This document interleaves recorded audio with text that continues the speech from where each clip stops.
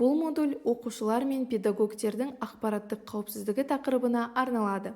Бүгінгі күні біз ересек болсақ та, бала болсақ та, күн сайын цифрлық құрылғылармен жұмыс жасаймыз.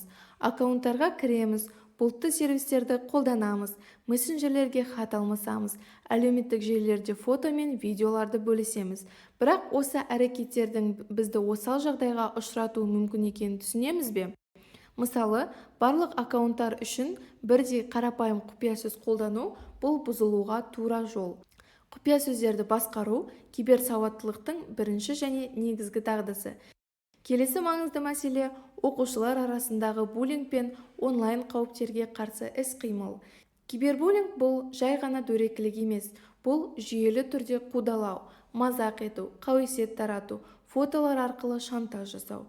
Мұғалімнің міндеті үнсіз қалмау, алғашқы белгілерде әрекет ету. Бала сеніммен келіп айта алатын атмосфера құру маңызды. Сондай-ақ сыныпқа цифрлық этиканы және онлайн қарым-қатынас ережелерін үйрету керек. Әлеуметтік желілер мен мессенджерлердегі қауіпсіздік те маңызды.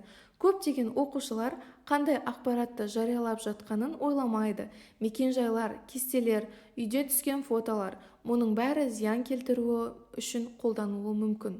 Соңғысы ата-аналар мен жұмыс. Отбасысыз ақпараттық қауіпсіздік мәдениетін қалыптастыру мүмкін емес.